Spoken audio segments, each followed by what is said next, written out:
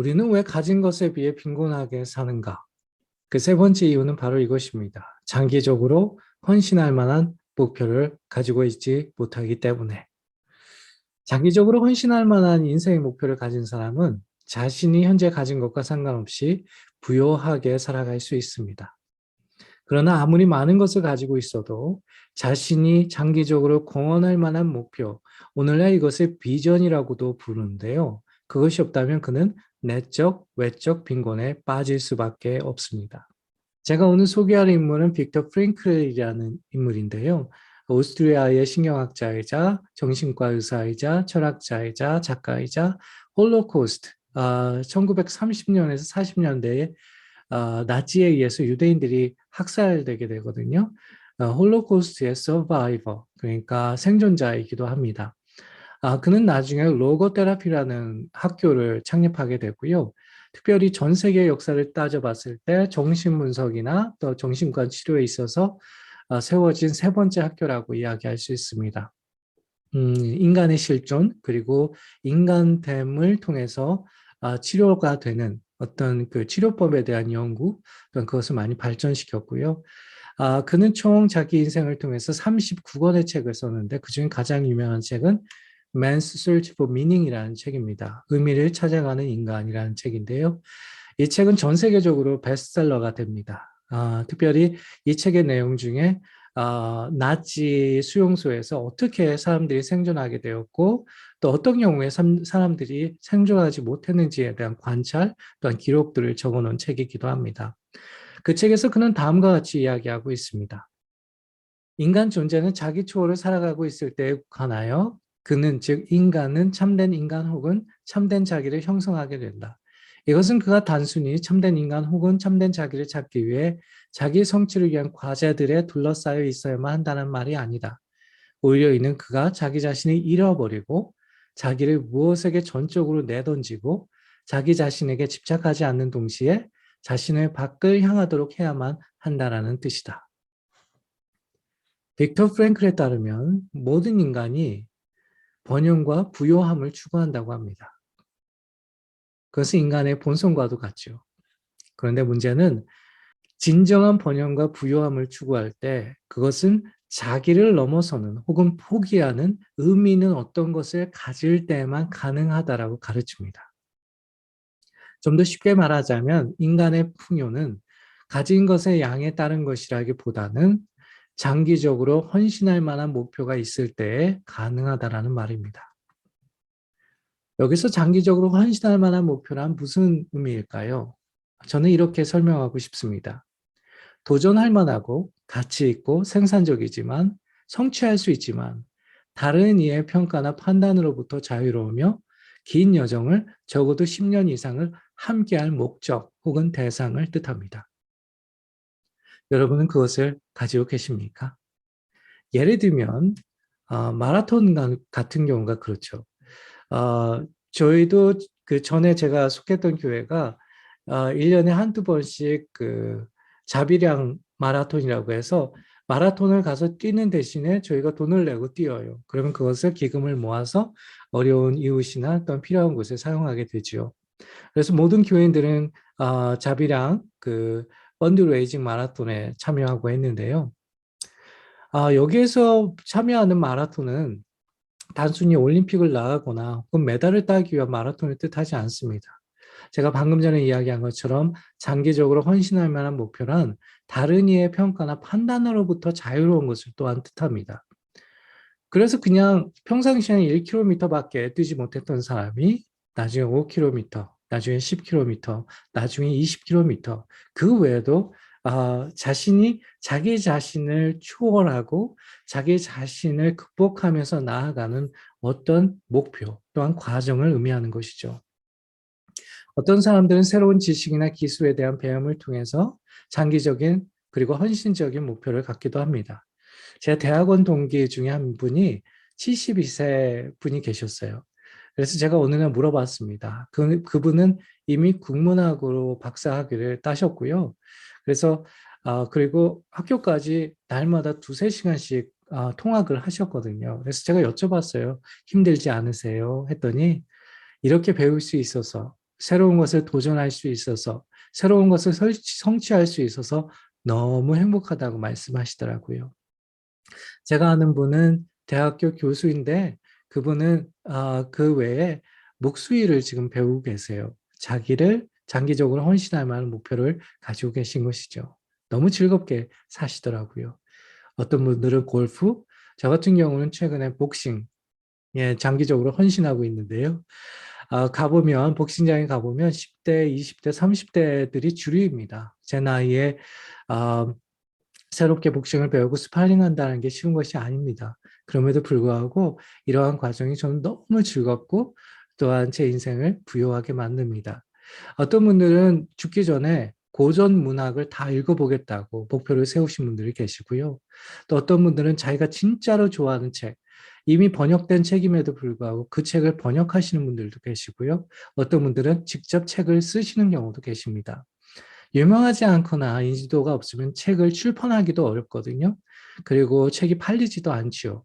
그럼에도 불구하고 그것과 상관없이 다른 사람들의 판단이나 평가와 상관없이 그렇게 자기가 장기적으로 무언가에 헌신하는 목표를 가지신 분들이 계십니다. 또 어떤 분들은 사회봉사와 헌신을 통해서 그것을 자신의 인생의 목표로 삼는 분들도 계세요. 정기적으로 어떤 단체에 나가 봉사하시고 또 어떤 분들은 자신의 직업 외에 하지도 않아야 되는 또 다른 직업을 가지시고 예를 들면 스쿨버스 운전이나 아니면 청소 같은 것을 하셔서 그 돈을 모아서 필요한 이웃들에게 또 필요한 일에 기부하시는 그런 의미 있는 삶을 살아가시는 분들도 계십니다. 이러한 활동들 중에 공통점들이 있지요. 이 활동들은요, 대부분 자기를 초월하는 일들입니다. 쉽게 말하자면 굳이 하지 않아도 되는 일들입니다. 그러면서도 자기를 포기하는 것을 요구하고 자기가 익숙한 장소를 떠나는 것을 필요로 하는 일들입니다. 근데 문제는 뭐예요? 이렇게 장기적으로 헌신할 수 있는 어떤 목표가 있는 사람들은 부유하고 풍요로운 삶을 살아간다는 거예요. 오늘 여러분에게 한번 물어보십시오. 나는 장기적으로 헌신할 만한 목표를 갖고 있는가? 영화 아저씨 중에 원빈의 대사가 있죠. 제가 그것을 연습을 좀 많이 했는데 도저히 안 되겠더라고요. 제가 그것을 했다가는 이 매뉴얼 프로젝트 구독자도 없는데 문을 닫게 될 것 같아갖고 제가 영상으로 올립니다. 니들은 내일만 보고 살지. 어? 내일만 사는 놈은 오늘만 사는 놈한테 죽는다. 뭐라는 거야, 이 비용신이. 난 오늘만 산다. 그게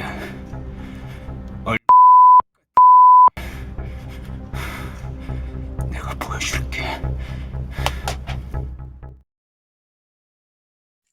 맞습니다. 오늘만 사는 사람에게는 절대 이길 수 없습니다. 근데 문제는 뭐예요? 오늘을 무엇을 위해 사느냐도 중요하다라는 거예요. 이 영화에서 원빈은 행복해 보이지 않습니다. 방금 전에 말한 대사 이후에 그는 그렇게 말합니다. 나는 행복하지 않다. 오늘만 사는 인생은 그지 같다. 왜 그럴까요? 오늘을 왜 사는지가 없어서. 즉 장기적으로 헌신할 만한 인생의 목표가 없기 때문에 그래서 인생의 의미와 낙이 없는 것이죠. 다시 한번 말합니다. 참된 인간이 되고자 한다면, 참된 자아를 찾고 싶다면, 더 나아가 풍요를 살아가고 싶다면, 더 나아가 자기 자신의 인생을 살고 싶다면 자기를 초월하는 장기적으로 헌신할 만한 인생의 목표가 있어야만 합니다. 지금이라도 그것을 찾아야만 합니다. 그래야 빈곤이 아니라 풍요 가운데 살아갈 수 있습니다. 그래서 저는 여러분이 진실로 추구할 만한 장기적인 목표를 제시하고 싶습니다. 그것이 무엇일까요? 네, 바로 그리스도와 가까워지는 것입니다. 거룩을 추구하는 것입니다. 하나님의 나라와 교회를 섬기는 것입니다. 대부분의 종교들이나 철학들의 경우 모든 답은 너 안에 있다라고 가르칩니다. 그래서 자신 안에 있는 것들을 발견하고 깨달으면 모든 우주의 원리들의 이치를 알게 되고 자유케 된다라고 가르칩니다. 그러나 이는 기독교의 가르침과는 거리가 있습니다. 기독교 신앙은 자기를 비우고 포기하는 자, 그리고 그 비운 자리에 가장 참되고 선하고 온전한 것을 채우는 자. 누구예요? 네, 그리스도 예수.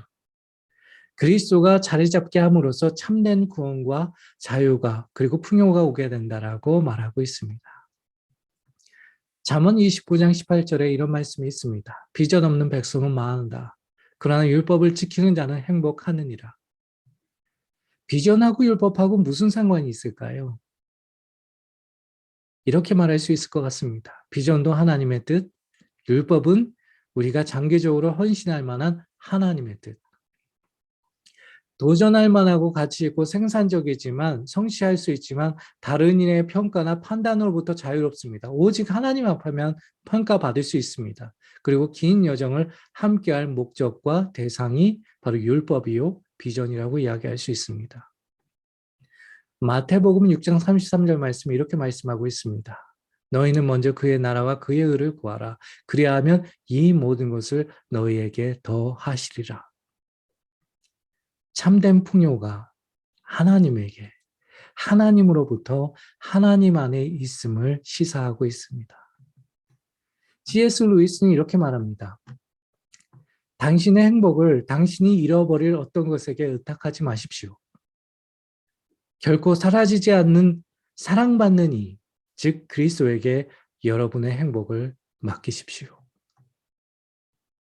참된 풍요를 원한다면 오늘 잠시 세 가지 삶의 목표를 하나는 자기 자신을 위해, 하나는 다른 이들을 위해, 그리고 또 하나는 하나님을 위해 세워보시면 어떨까요? 세상의 기준도 사람들의 말들도 아니고 그저 도전할 만하고 가치 있고 생산적이지만 성취할 수 있지만 다른 이의 평가나 판단으로부터 자유로우면서도 긴 여정을 함께할 목적 혹은 대상을 세워보시길 바랍니다. 하나는 자기 자신을 위해, 또 하나는 다른 이들을 위한, 무엇보다도 하나님과 그의 나라를 위한 목표를 가지셔서 타인의 인생이 아닌 자기 자신의 인생을 하나님 앞에서 더 멋지고 풍요롭게 살아가시길 바랍니다. 그럼 우리 다음 시간에 또 만나요.